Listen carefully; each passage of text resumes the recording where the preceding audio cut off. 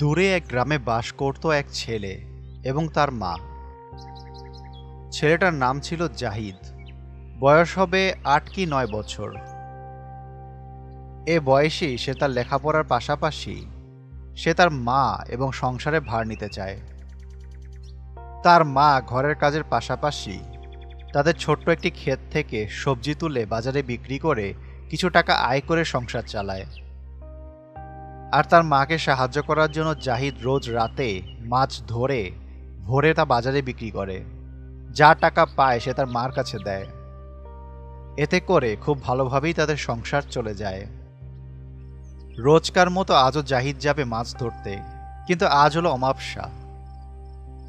জাহিদ যাবার সময় তার মা বলে, বাবা, যাচ্ছিস যা, কিন্তু মধ্যরাতের আগে ফিরে আসিস। আজ কিন্তু অমাবস্যা। আর হ্যাঁ, যা সবসময় বলি আজও বলছি, ছোট নদীতে মাছ পেলে পাবি, নয়তো বড় নদীতে আর তার আশেপাশে খেতে যাওয়ার দরকার নেই। জায়গাটা ভালো না, কথাটা মনে রাখিস। জাহিদ বলে, আচ্ছা মা, তুমি চিন্তা করো না, আমি জলদি ফিরে আসবো, তারপর একসাথে খাবো, কেমন? জাহিদ বের হতেই সামনে দেখে তার এক প্রতিবেশী চাচা নাম কোমর আলী। কোমর আলী চাচাকে জাহিদ অনেক ভালোবাসে, কারণ চাচা ছোট থেকে জাহিদকে অনেক আদর যত্ন করে। চাচা জাহিদকে দেখে বলল, জাহিদ, কোথায় যাচ্ছিস? চাচা, ছোট নদীতে মাছ ধরতে যাই। যা, কিন্তু জলদি বাড়ি ফিরিস, আর বড় নদীতে যাসনি যেন। এই বলে জাহিদ মাছ ধরার জন্য বের হয়ে যায়। তখন বাজে সন্ধ্যা ৬:৩০। সে ছোট নদীতে যায় মাছের সন্ধানে, কিন্তু প্রায় ২ ঘন্টা খোঁজার পর ও কোনো মাছ না পেয়ে জাহিদ হতাশ হয়ে যায়। ভাবছে আজকে ফিরে যাবে, কিন্তু হঠাৎ ওর মাথায় আসে বড় নদীতে গেলে মাছ পাওয়া যাবে। প্রথমে একটু সংকোচ করলেও পরে ভাবে যে মাছ নিয়ে না গেলে কাল তার মার অনেক কষ্ট হবে। তাই সে মাছ ধরতে চলে যায় বড় নদীতে। সেখানে গিয়ে সে ভাবতে থাকে, এত রাতে নদীতে সরাসরি নামাটা ঠিক হবে না। তাই সে নদীর ধারে ধান ক্ষেতের আইলের পাশ দিয়ে মাছ খুঁজতে থাকে, এবং সে তার টানা জাল দিয়ে কয়েকটা মাছও ধরে। কিন্তু মাছগুলো ছোট হওয়াতে তার মন ভরে না। তার একটি বড় মাছ ধরার ইচ্ছে হয়, তাই সে খুঁজতে থাকে। এক পর্যায়ে সে দেখে কয়েকটা গজার মাছ এক ঝাঁক হয়ে আইলের পাশে খাবার খাচ্ছে। তখন সে ভাবে এগুলো সে ধরবে, তাই সে আইলের আশেপাশে মাটি দিয়ে ওই জায়গাটুকু বন্ধ করে দেয়, যেন মাছগুলো পালাতে না পারে। তারপর সে তার জাল দিয়ে টান দিতেই অনেকগুলো মাছ উঠে আসে, কিন্তু বড় মাছটি উঠে না। সে ছোট মাছটিকে তার কোমরে বাঁধা টুকরিতে রেখে দেয়। যেই সে বড় মাছটিকে ধরতে আবার জাল ফেলে, তখনই দেখে মাছটি উধাও হয়ে গেছে। সে একটু আশ্চর্য হয়, বাঁধের ভেতর থেকে মাছ কোথায় গেল। এরপর সে আবারও ওই বড় মাছটি খুঁজতে থাকে। হঠাৎ কুকুরের ডাকে তার খেয়াল হয় তার মা তাকে বলেছিল বেশি রাত না করতে। সে বিষয়টা ভুলেই গিয়েছিল। তাই সে আর মাছ না ধরে ওইগুলো নিয়েই উঠে পড়ে, বাড়ির উদ্দেশ্যে রওনা দেয়। সে আজ করতে পারে যে অনেক রাত হয়ে গেছে, 12টার বেশিই হবে। অন্যদিকে এত রাত হয়ে গেল, জাহিদ ফিরল না। এই ভেবে জাহিদের মার প্রাণ যায় অবস্থা। আর কোনো উপায় না পেয়ে সে দৌড়ে চলে যায় কোমর আলীর চাচার কাছে। গিয়ে বলে, ভাই, ও ভাই, ঘুমিয়ে গেছেন নাকি? একটু বাইরে আসবেন? কি হয়েছে বোন? সব ঠিক আছে তো? ভাই, জাহিদ এখনো ফেরে নাই। আমার মনে হয় ও মাছ ধরতে আজকে বড় নদীতে গেছে। আচ্ছা বোন, তুমি চিন্তা করো না, আমি একটু আগায় আগিয়ে দেখি কই গেছে। এই বলে কোমর আলী চাচা হাতে টর্চ নিয়ে বেরিয়ে পড়ে। এদিকে জাহিদ বাড়ি ফিরছে। যেই সে বড় নদী পার হয়ে গ্রামের সীমানায় আসে, সে শুনতে পায় পেছন থেকে কেউ বলছে, মাছগুলো রেখে যা, মাছগুলো রেখে যা। এইটা শুনে জাহিদ আটকে ওঠে, কিন্তু তাও বুকের সাহস নিয়ে সামনের দিকে আগাতে শুরু করে। কয়েক কদম যাওয়ার পরই সে ঠাউর করে তার কোমরে বাঁধা টুকরিটা নড়ছে। সে ভাবে হয়তো মাছগুলো লাফালাফি করছে, তাই সে এসব ভাবা বাদ দিয়ে সামনের দিকে যেতে থাকে। সে যত সামনের দিকে যায় তার মনে হতে থাকে তার কোমরের টুকরিটা যেন আরো ভারী হচ্ছে। সাথে সাথে তার চারপাশে ভারী বাতাস বইতে শুরু করে, যেন ঝড় আসবে। জাহিদের বাড়ির যাওয়ার পথে একটু রাস্তা পার হতে হয়, যার দুদিকেই বিশাল বিশাল বড় বড় গাছ। আজ যখন সে এই রাস্তা দিয়ে যাচ্ছে, তার কেন যেন মনে হচ্ছে এই গাছে কেউ যেন বসে আছে, তাকে দেখছে। এই আতঙ্কে যেই ওই অর্ধেক রাস্তায় যায়, সামনে একটি আলো এসে তার চোখে পড়ে। লাইটটা একটু সরলে সে দেখে তার চাচা। জাহিদ চাচাকে দেখে কিছুটা স্বস্তি পায় সে, আর সে উপলব্ধি করে তার সাথে এতক্ষণ যা হচ্ছিল তা সব থেমে গেছে। তারপর সে তার চাচার সাথে বাড়ি ফিরে যায় কথা বলতে বলতে, কিন্তু তার সাথে যে এতক্ষণ কি ঘটেছে তা সে তার চাচাকে জানায় না।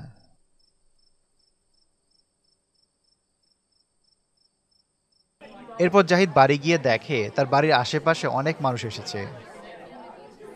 তারপর সে তার মার কাছে গেলে তার মা তাকে জড়িয়ে ধরে বলে, তুই বড় নদীতে কেন গিয়েছিলি বাবা? তোকে না নিষেধ করলাম। সবাই জাহিদকে বলে, এত রাতে ওখানে যাওয়াটা ঠিক হয় নাই তোমার। তুমি কি ঠিক আছো? জাহিদ বলে, হ্যাঁ, আমি ঠিক আছি। আর আমি ছোট নদীতে মাছ পাইনি, তাই বড় নদীতে গিয়েছিলাম। এই বলে জাহিদ যেই তার মাছ দেখানোর জন্য কোমরে বাঁধা টুকরিতে হাত ঢোকায়, অমনি এক ঝাঁক জোক তার হাত কামড়ে ধরে। সে হাত বের করে ঝাড়া মারতেই তার সারা শরীরে জোক ধরে ফেলে এবং রক্ত চুষতে শুরু করে। এই অবস্থা দেখে ছেলেগুলো মুঠো ভর্তি লবণ এনে জাহিদের গায়ে ছুঁড়ে মারলে জোকগুলো ছেড়ে মাটিতে পড়ে যায়।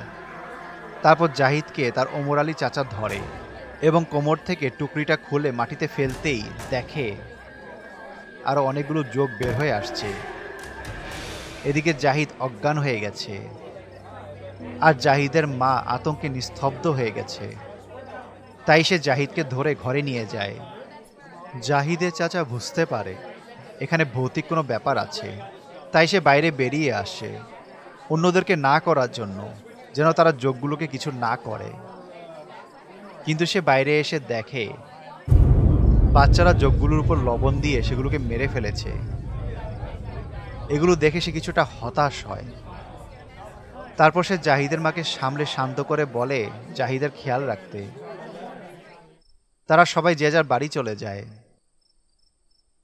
তারপর সেদিন যখন ফজরে আজান শেষ হয়, হঠাৎ ঘুমের মধ্যে জাহিদ কাঁপতে শুরু করে। তার মা তাকে জড়িয়ে ধরে দেখে আগুনে জাহিদের গা পুড়ে যাচ্ছে। সে দ্রুত গিয়ে একটি বদ্যি ডেকে আনে। বদ্যি জাহিদকে দেখে ওষুধ দেয়, কিন্তু ওষুধে কোনো কাজ হয় না। এইভাবে কয়েকদিন চলে যায়, কিন্তু জাহিদ সুস্থ হয় না। তখন তার মা আর ওমর আলী চাচা চিন্তায় পড়ে যায়, ভাবে একটি হুজুর দেখাবে। কিন্তু সেদিন সন্ধ্যা 8টায় হয় ভয়ানক এক কাণ্ড। সন্ধ্যায় যখন জাহিদ আর তার মা শুয়ে থাকে, হঠাৎ জাহিদ উঠে বসে পড়ে। সে শুনতে পায় তাকে কেউ ডাকছে। সে উঠে দরজা খুললে দেখে তার বাড়ির সামনে আম গাছের নিচে তার বাবা দাঁড়িয়ে আছে। বাবা, এটা কি তুমি? হ্যাঁ বাবা, আমি তোমায় নিয়ে যেতে এসেছি, এসো আমার সাথে। এই শুনে জাহিদ তার বাবার দিকে যাওয়ার জন্য যেই না এক পা বাইরে দেয়, অমনি তার মা তাকে পেছন থেকে তার হাত টেনে ধরে, আর ওমর আলী চাচাও তার সামনে এসে দাঁড়ায়। তখন জাহিদ বলে, ছাড়ো আমাকে, আমি বাবার কাছে যাব। চাচা, আমাকে যেতে দিতে বলো। তখন চাচা জাহিদকে কোলে নিয়ে বাড়ির ভেতরে চলে যায়, আর জাহিদ আবারও অজ্ঞান হয়ে যায়। তারপর অজ্ঞান জাহিদের সামনে মন খারাপ করে বসে থাকে। তখন অনেক রাত হয়েছে। জাহিদের প্রতি ভালোবাসা আর জাহিদের মার অসহায়ত্ব দেখে সে সিদ্ধান্ত নেয় যে সে আজকে এখানেই থেকে যাবে। রাত 2:25। বাইরে থেকে 4-5টা কুকুরের ডাক শোনা যায়। তড়িঘড়ি করে চাচা আর জাহিদের মা বাইরের দরজা খুলে দেখে উঠোনে বিশাল আকৃতির গজার একটি কুকুরকে অর্ধেক মুখে নিয়ে আছে, আর তার চারপাশে কয়েকটা কুকুর ঘেউ ঘেউ করছে। এটা দেখে জাহিদের মা কান্নায় ভেঙে পড়ে, আর তার চাচা আশ্চর্য হয়ে যায়, কিছুটা আতঙ্কিতও হয়। অন্যদিকে ঘরের ভেতর থেকে আর্তনাদ শোনা যায়। গিয়ে দেখে খাটের উপরে জাহিদ ছটফট করছে, বলছে, জ্বলে গেল, মা বাঁচাও, বাঁচাও, পুড়ে গেল, মা আমাকে মেরে ফেললো। এইসব দেখে জাহিদের মা নিজেকে সামলাতে পারে না, কিন্তু কি করবে। তখন চাচা জাহিদের মাকে বলে, বোন, তুমি জাহিদের সাথে থাকো, আমি এখনই একজন হুজুরকে ডেকে আনছি। বেশি দেরি করলে হয়তো ওকে বাঁচানো যাবে না। এই বলে চাচা বেরিয়ে পড়ে হুজুরকে আনার জন্য। এদিকে জাহিদের যন্ত্রণা আরও বাড়ছে। প্রায় 1 ঘন্টা পর চাচা একজন হুজুরকে নিয়ে এলো। হুজুর ঘরে ঢুকে জাহিদকে দেখে 1 গ্লাস পানি পরে তার মাকে বলল জাহিদকে পানিটুকু খাইয়ে দিতে। পানিটুকু খাওয়ার সাথে সাথেই জাহিদ শান্ত হয়ে যায়। তারপর হুজুর বলে, সমস্যাটা অনেক গুরুতর মনে হচ্ছে। ব্যাপারটা পুরোপুরি জানতে হবে। এটা কিভাবে সমাধান করা যায় তা আমার জানতে হবে। আমার একটি ঘরের দরকার হবে, যেখানে বসে আমি ধ্যান করতে পারবো। তারপর তাকে একটি ঘর দেওয়া হলো। সে ধ্যান করতে শুরু করলো। সে একটি জিনকে হাজির করলো এবং তাকে জিজ্ঞাসা করলো, জাহিদের কি হয়েছে আর কেন হয়েছে? জিনটি বলতে শুরু করলো, হুজুর, আমি যতটুকু জানি ওকে কোনো জলজ জিন আছর করেছে। বাকিটা ওই জিনই বলতে পারবে হুজুর। ঠিক আছে, তুমি ওই জলজ জিনকে আমার সামনে নিয়ে এসো, যাও। তারপর ওই ঝিনটি বাতাসে মিশে যায় এবং 2 মিনিট পর সেই জলজ ঝিনটিকে নিয়ে চলে আসে। তুমিই সেই জলজ জিন যে জাহিদকে আছর করেছে? হ্যাঁ, আমি সেই জলজ জিন। ওকে কেন আছর করেছো? কি করেছে ও? সে বড় নদীতে মাছ ধরতে গিয়েছিল, ভালো কথা। আমি ওই সময় আমার বাচ্চাদের নিয়ে বের হই খাবার খাওয়ার জন্য। আমরা মাছ রূপে ছিলাম। আমি কখনো কোনো মানুষের ক্ষতি করিনি, ওকেও করতাম না। কিন্তু ও লোভে পড়ে আমাদের আসল মাছ ভেবে জালে টান দেয়, আর আমার বাচ্চারা ওটাতে আটকে যায়। ও আমাকেও ধরার চেষ্টা করলে আমি পালিয়ে যাই। তারপর সে আমার বাচ্চাদের নিয়ে বাড়ির জন্য রওনা দিলে আমি ওকে বলি মাছগুলো রেখে যেতে, কিন্তু ও শোনে না। তারপর আমি ওর ক্ষতি না করে ওকে একটু ভয় দেখাই, যদি সে আমার বাচ্চাদের ছেড়ে পালায় এর জন্যই। কিন্তু তাতেও লাভ হয় না। অন্যদিকে আমার বাচ্চারা ওই সময় জোকের আকার ধারণ করেছে, আর যেই জাহিদ টুকরিতে হাত দেয় আমার বাচ্চারা তাকে কামড়ে ধরে। যদিও জাহিদের কোনো ক্ষতি হতো না, তাও তারা আমার বাচ্চাকে লবণ দিয়ে মেরে ফেলে, আর তাই আমিও ওকে মেরে ফেলবো। অন্যদিকে জাহিদের মা আর তার চাচা বাহিরে অপেক্ষা করতে থাকে। আর একটু পর হুজুর বাইরে এসে তাদের সব খুলে বললে তখন চাচা বলে, তাহলে ছেলেকে বাঁচানোর উপায় কি? হুজুর বলে, কাল ভোরে আপনি আমার সাথে দেখা করবেন, তখন আমি বলে দেব কি করতে হবে। এই বলে সে চলে যায়। পরের দিন সকালে চাচা হুজুরের কাছে গেলে হুজুর বলে, আমাদের এমন একজনকে দরকার যে নিজের জীবন বাজি রেখে কাজগুলো করবে। আমি করব, বলেন কি করতে হবে। তারপর হুজুর সব বলে কিভাবে কি করতে হবে।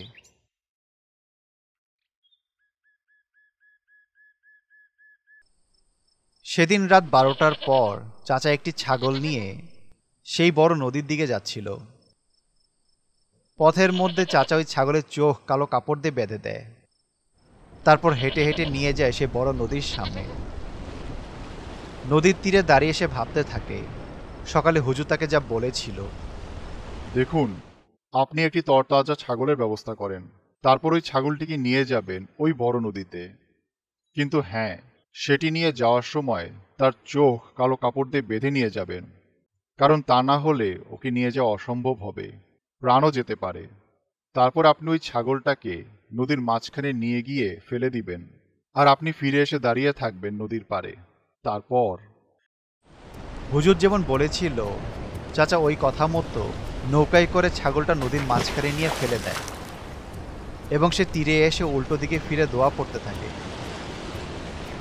পেছন থেকে পানির খলখল আওয়াজ শুনতে পাওয়া যায়। তারপর একটা অট্ট হাসি শোনা যায়। সে বুঝতে পারে ছাগলটি নদীর তলদেশে হারিয়ে গেছে। এরপর কিছু একটা এসে তার পায়ের সামনে পড়ে। সে দেখে ছাগলের হৃৎপিণ্ডটি তার পায়ের সামনে, কিন্তু হৃৎপিণ্ডটি এখনো কাঁপছে। হুজুর বলেছিল এমন কিছু তাকে দিবে যা তাকে নিয়ে যেতে হবে এবং জাহিদের সামনে রাখতে হবে। তাই সে ওই হৃৎপিণ্ডটা নিয়ে জাহিদের বাড়িতে চলে যায়। জাহিদ তার মার সাথে উঠানে বসেছিল। চাচাকে দেখেই সে যেন একটু অন্যরকম করতে শুরু করলো। তারপর চাচা জাহিদের সামনে হৃৎপিণ্ডটি ধরতেই জাহিদ অন্যরকম হয়ে যায়। জাহিদের চোখ দুটো রক্ত লাল হয়ে যায়, দাঁত দুটো সুচালো হয়ে যায়। এরপর জাহিদ অনেক দিনের ক্ষুধার্ত জন্তুর মতো সেই হৃৎপিণ্ডটি নিয়ে খাবলে খেতে থাকে। খাওয়ার শেষে জাহিদ তার রক্তমাখা মুখে পৈশাচিক হাসি দিয়ে উঠানে মাটিতে শুয়ে পড়ে। তারপর তার শরীর থেকে কালো ধোঁয়া বের হয়ে বাতাসে মিশে যায়। এরপর চারপাশ নিস্তব্ধ হয়ে যায়। তখন হুজুর সেখানে এসে বলে, আর কোনো সমস্যা নেই, জাহিদ এখন জিনের আছর মুক্ত। আমাকে ওই জিনটাই বলেছিল এগুলো করলে তারা জাহিদকে ছেড়ে দেবে। তারপর জাহিদকে ঘরে নিয়ে যাওয়া হয়। হুজুর তাকে দোয়া পরে ফু দিয়ে দেয়। তারপর জাহিদ আস্তে আস্তে সুস্থ হয়ে যায়। তারপর থেকে জাহিদ আর কোনোদিনও সেই বড় নদীতে মাছ ধরতে যায় না, আর না ওই ঝিনগুলো তাকে বিরক্ত করে। জাহিদ এবং তার মা এখন বেশ ভালোই আছে একসাথে। কখনো ঝিনকে বিরক্ত করতে যাবেন না, না হলে সে আপনার পিছে পড়ে যাবে।